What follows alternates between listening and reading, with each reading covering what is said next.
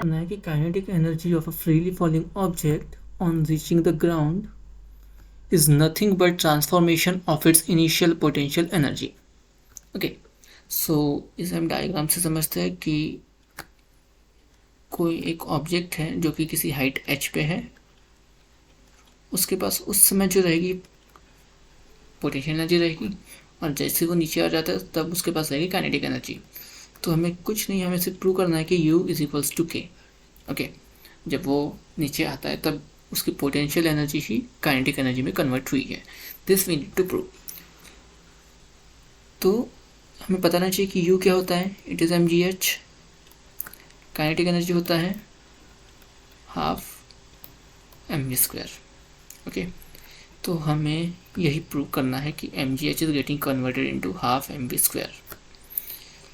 So let us consider कि हमारे पास एक ऑब्जेक्ट है which is at some height h at point A.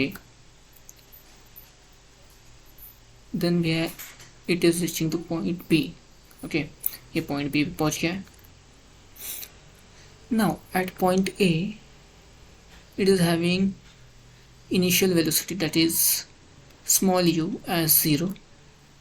Okay, point B पे उसकी velocity vb that is vb. ठीक है, ऑब्जेक्ट का मास m. सो ये सारी चीज़ें हमने कंसिडर कर ली है. एंड जो एक्सेलरेशन रहेगा इस केस में it would be g. Okay, now from equation of potential energy u is mgh. Okay, so at point A it has got potential energy. What about kinetic energy? Kinetic energy is half mv² और half mu². u की value 0 है तो kinetic energy will be 0. So at point A it has got only potential energy. Now as it reaches, मतलब जैसे वो travel करना शुरू करता है और नीचे आ जाता है पॉइंट B पे, तो उसकी हाइट जो होगी वो 0 हो गई at point B. h is 0, right, and it has got velocity.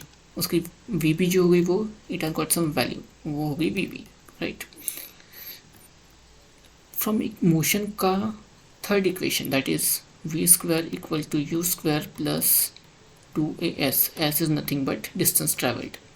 ये हमें बताता है from this equation we can get that vb² at point B. Okay, हम पॉइंट B पे बात कर रहे हैं, इज इक्वल्स टू u तो 0 था, 0 प्लस 2. मैंने पहले कहा था acceleration is g and s is h, तो vb² हमारा आ गया 2gh. ओके, ना अब एनर्जी की बात करते हैं. u क्या हो जाएगा, mgh ऑब्वियसली 0 हो गया तो into 0 that will be 0. Potential energy 0. Kinetic energy क्या हो जाएगी, half m vb², right, it will be then half m into 2gh because vb² is equals to 2gh.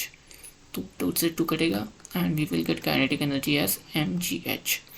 now at point A पे भी हमारे पास u mgh था, लेकिन at point B we have got k mgh. तो इसका मतलब point A से point B में आने तक के जो पोटेंशियल एनर्जी थी u, it is getting converted into kinetic energy, right?